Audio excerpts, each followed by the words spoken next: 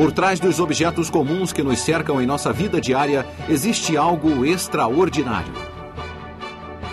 Histórias incríveis de soluções engenhosas para problemas que a maioria de nós nem sabia que existiam. Então, quais os mistérios contidos nos objetos do dia a dia que nós aceitamos como algo natural? Colhedoras combinadas, barcos salva-vidas, doces. Por trás do corriqueiro está o extraordinário, que agora será revelado ao entrarmos nos bastidores e dentro das máquinas para descobrir como é possível.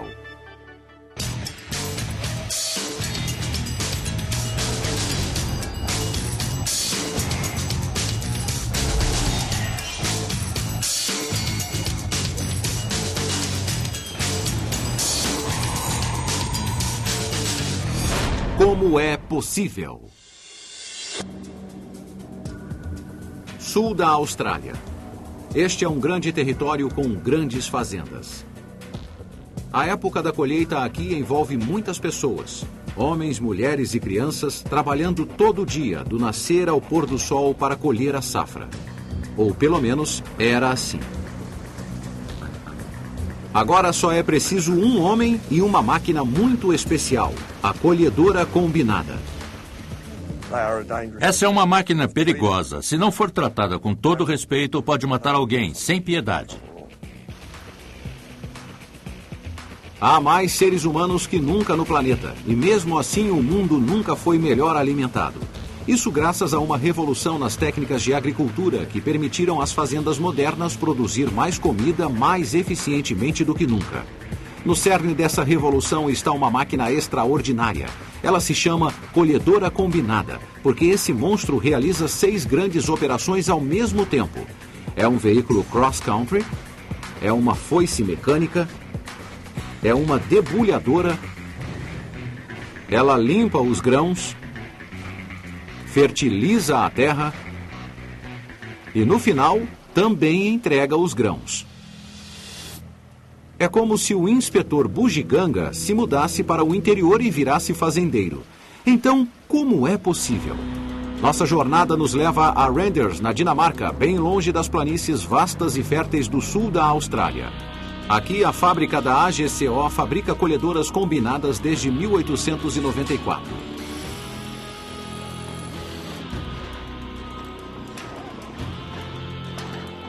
Não é como uma fábrica de carros. Você não verá uma longa fila de robôs. As colhedoras combinadas são produzidas em número bem menor. Como resultado, o processo é muito mais trabalhoso.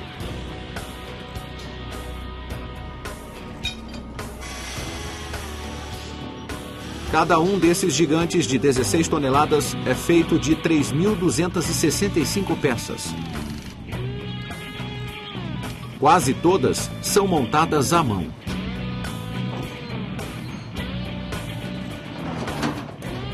Pode parecer uma tarefa assustadora. Tantas peças e funções mecânicas, tantas coisas para se esquecer ou dar errado. Mas esse pessoal sabe o jeito certo de fazer isso.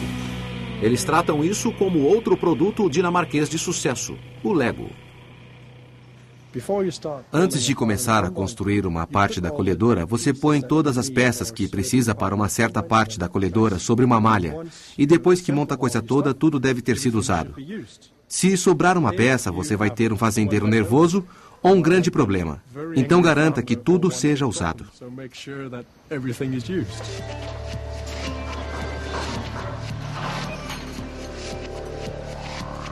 Artesãos com prática trabalham 5 dias para construir uma colhedora. E durante esse tempo, a máquina gradualmente cresce até uma altura de 4 metros e um peso de 15 toneladas. Conforme a combinada vai tomando forma, cada uma de suas várias funções mecânicas é testada. Pouco a pouco, a máquina ganha vida. Estas mesas com pontas, por exemplo, ajudam a limpar os grãos depois de separados da palha. O computador controla os nódulos e opera um ventilador que separa o trigo da palha. Estas 102 lâminas rotativas atacam a palha restante. Elas são afiadas como navalhas e fazem quase 600 movimentos de corte por minuto. A combinada deve operar em todos os tipos de condições difíceis, incluindo campos muito inclinados, e esta é uma solução. Um microchip combinado com um nivelador. Então, como isso funciona? Decidimos descobrir com uma xícara de café quente e uma rampa de concreto. Enquanto as rodas sobem a rampa, o chip garante que a cabine fique nivelada. O café do fazendeiro está seguro.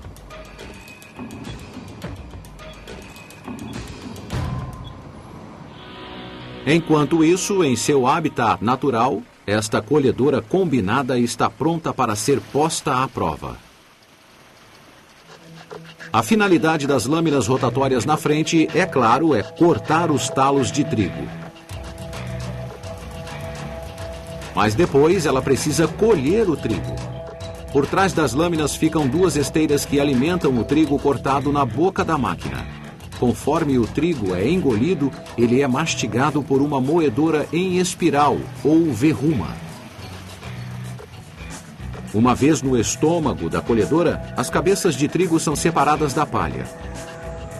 A combinada então cospe a palha por toda a extensão da lâmina cortadora.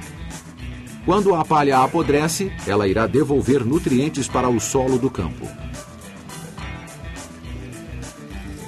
Os grãos, enquanto isso, são empurrados para fora da máquina, para um compartimento de armazenagem. E quando ele fica cheio, o grande braço de carregamento da combinada entra em ação. A colhedora vai até um caminhão de grãos e libera sua carga. O braço bombeia grãos numa taxa de 100 litros por segundo. Em apenas 2 minutos, o tanque cheio, 8 toneladas, será descarregado. Quando o dia termina, nossa amiga versátil se desmonta como um kit de Lego pronta para uma noite no celeiro.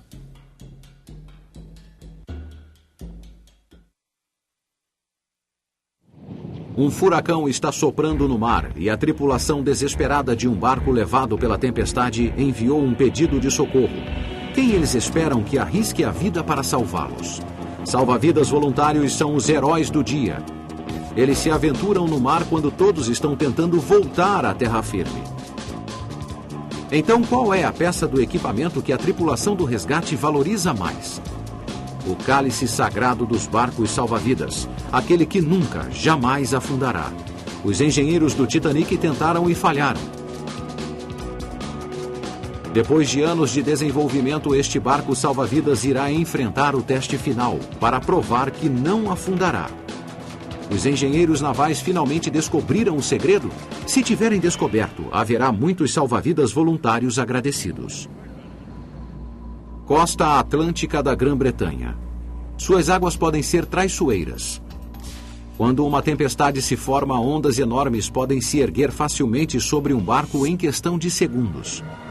Então, para sair numa tentativa de resgate noturno no meio de uma tempestade, é preciso uma coragem absurda. O timoneiro Alan Turby é voluntário da Royal National Lifeboat Institution há 20 anos. Passar a vida esperando por chamadas pode ser muito difícil, porque obviamente você não pode planejar as coisas, porque você nunca sabe quando a chamada irá chegar. Você tem de viver sua vida esperando a chamada chegar a qualquer minuto. O timoneiro nunca sabe o que o mar pode lhe trazer. Então é vital que seu barco salva-vidas seja projetado para voltar à posição normal se virar. Esta é uma viagem simulada e hoje o mar está calmo. Mas a tripulação espera que antes da próxima tempestade, eles já tenham recebido um barco muito especial. Plymouth fica 60 quilômetros abaixo da costa e aqui, às margens do rio Tamar, o último tipo de barco salva-vidas está para ser testado. Hoje, o projetista do barco, o arquiteto naval Neil Chaplin, veio a Plymouth para presenciar a operação. Estamos aqui para a prova dos 9, para garantir que o barco irá fazer o que nós calculamos, que ele irá voltar à posição. Estamos aqui pelos construtores para conferir se ele é tão à prova d'água como deveria ser. Pode parecer que estamos tranquilos hoje. Estamos ansiosos para ver se ele irá voltar à posição normal. Se o projeto de Neil funcionar, deve ser impossível virar este barco. Toda vez que ele afundar, ele deve, em teoria, voltar para cima. O segredo está dentro do casco. Um barco que desvira sozinho precisa de um centro de gravidade baixo. Então, Neil posicionou estrategicamente os componentes mais pesados do barco. Aqui na sala do motor, onde os outros itens pesados estão, rompendo ou mantendo o centro de gravidade baixo, temos esses motores a bombordo e a estibordo, dirigindo as caixas de câmbio. Tudo combinado para produzir um centro de gravidade baixo bem na base do barco, combinado com a capacidade de flutuar do topo. Significa que, quando está de cabeça para baixo, o barco está instável e quer voltar à posição normal. Nada disso funciona, porém, a menos que a casa do leme seja totalmente à prova d'água. O interior do barco foi selado e fortalecido para resistir às ondas mais violentas. A casa do leme é feita de fibra de vidro leve e reforçada para reduzir o peso no topo do barco. As janelas são projetadas para suportar a pressão de uma onda de 9 metros.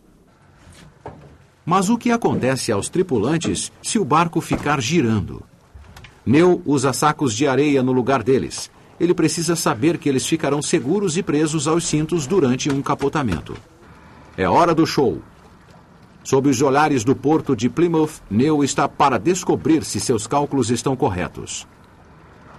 Vale a pena arriscar os nervos. Um guindaste é usado para simular uma onda gigante, virando o barco.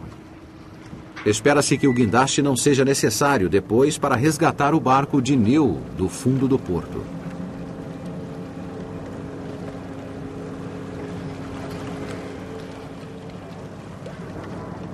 Foram anos de trabalho. Mas irá funcionar?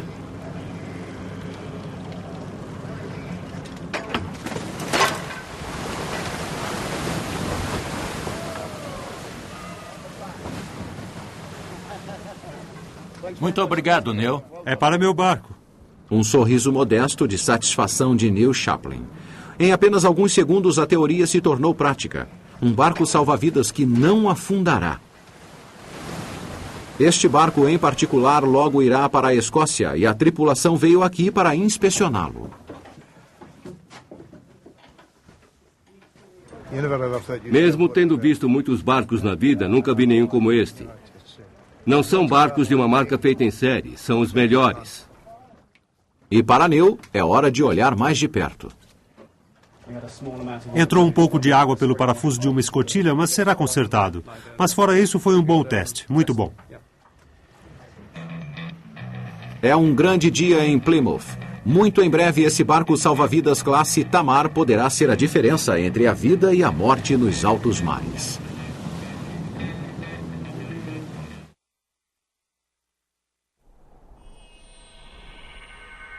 As planícies geladas e as montanhas nevadas do Canadá, no meio do inverno. Os pioneiros que colonizaram este território devem ter sido um grupo resistente e desesperado, mas conseguiram e se estabeleceram em St. Stephen, em Nova Brunswick, e construíram a cidade do chocolate. Esta é a resposta norte-americana ao Willy Wonka, a fábrica de doces de Ganong, onde transformam rios de chocolate e tonéis de xarope em confeitos há mais de 125 anos.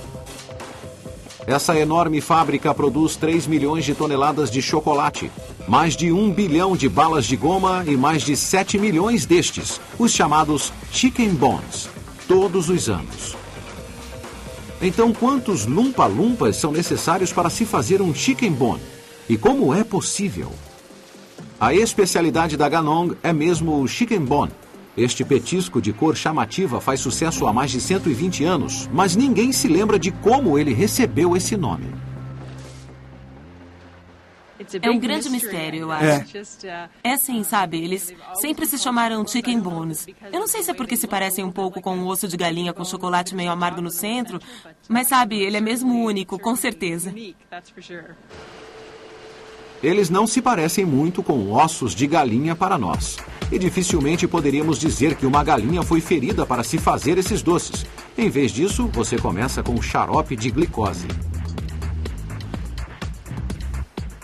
Enquanto o xarope morno é amassado, uma quantidade cuidadosamente medida de sua cor rosa característica é adicionada.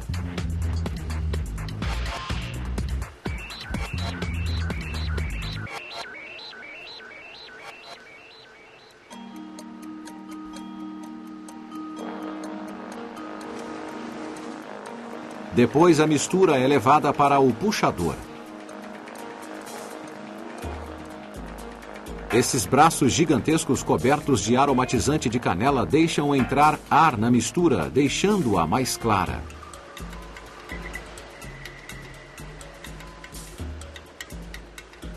E como é de se esperar, na Cidade do Chocolate, eles fazem isso do mesmo modo há anos. É um equipamento antigo, muito velho, mas é o modo antigo de fazer as coisas. Quer dizer, é mesmo mão na massa. Agora o doce está pronto para ser espalhado como um lençol e o recheio de chocolate é adicionado. Então o monstro de chocolate cor-de-rosa choque é colocado à mão na máquina que o estica em um cordão comprido, pronto para ser cozido.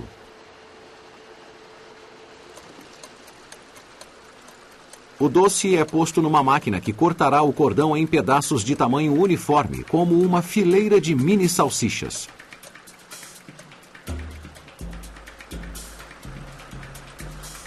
O Chicken Bone é uma especialidade da Ganon, mas esses docinhos aqui existem no mundo inteiro. Na Cidade do Chocolate, eles produzem nada menos que 2 bilhões de balas de goma por ano. Na sala do caldeirão, açúcar, glicose e amido são derretidos juntos para se fazer o recheio mole das balas de goma. O líquido derretido é derramado em moldes. Agora ele tem de esfriar por 24 horas antes de poder passar para o próximo estágio, a flavorização. Aqui as cores brilhantes e os sabores ácidos são adicionados nessas antigas panelas de cobre de 50 anos.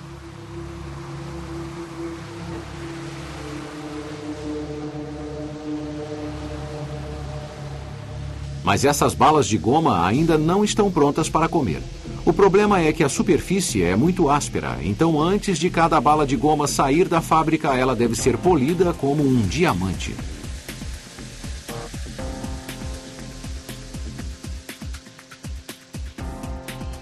E é assim que 3 toneladas de açúcar são transformadas pelos Lumpa-Lumpas de Nova Brunswick em 2 milhões de balas de goma.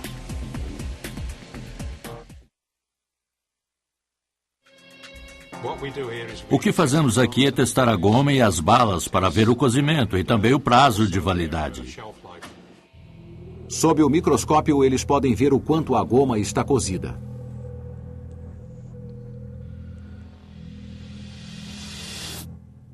Um bom cozimento significa que os doces durarão mais.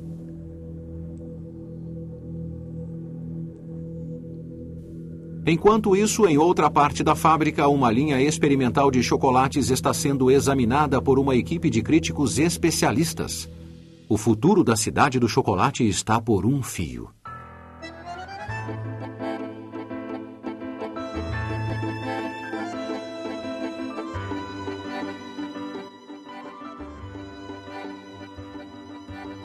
Tem a aparência e sabor tentadores. As características do derretimento têm um sabor excelente. Cremoso e suave.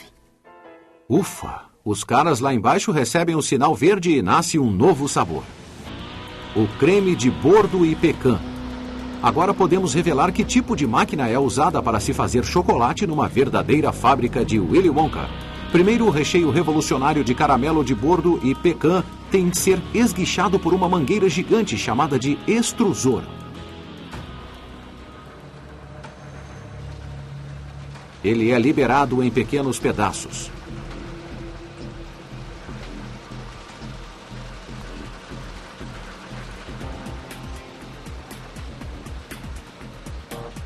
Os bocados de pecan avançam para uma máquina chamada Botomer.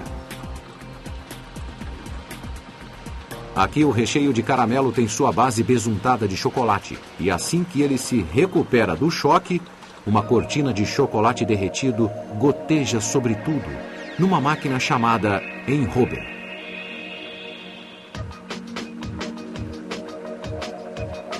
Essa máquina pode embeber quase 40 mil doces em chocolate derretido em apenas 1 hora. Finalmente vem o decorador em série. Com movimentos habilidosos, a máquina derrama fios de chocolate sobre os doces que esperam. E a aventura dos chocolates está quase completa. Tudo de que precisam é de uma bela embalagem e lá vão eles. Alguns dizem que muito chocolate faz mal à saúde, mas essa teoria não é aceita na cidade do chocolate. Olha para mim, pareço não ter saúde? E assim deixamos os Lumpa-Lumpas de Nova Brunswick trabalhando na neve e no gelo para trazer um pouco de alegria para um mundo frio e difícil. Por trás dos objetos comuns que nos cercam em nossa vida diária, existem avanços milagrosos da engenharia que nós raramente vemos. Soluções engenhosas para problemas que a maioria de nós nem sabia que existiam. Desde que este programa começou, uma única colhedora combinada colheu 25 toneladas de grãos. Um barco salva-vidas zarpou e uma vida foi salva. E mais de 62 toneladas de chocolate foram consumidas na América do Norte. Até as coisas mais comuns têm uma história extraordinária para contar. Nós só temos que observar e ouvir. Versão brasileira, Clone.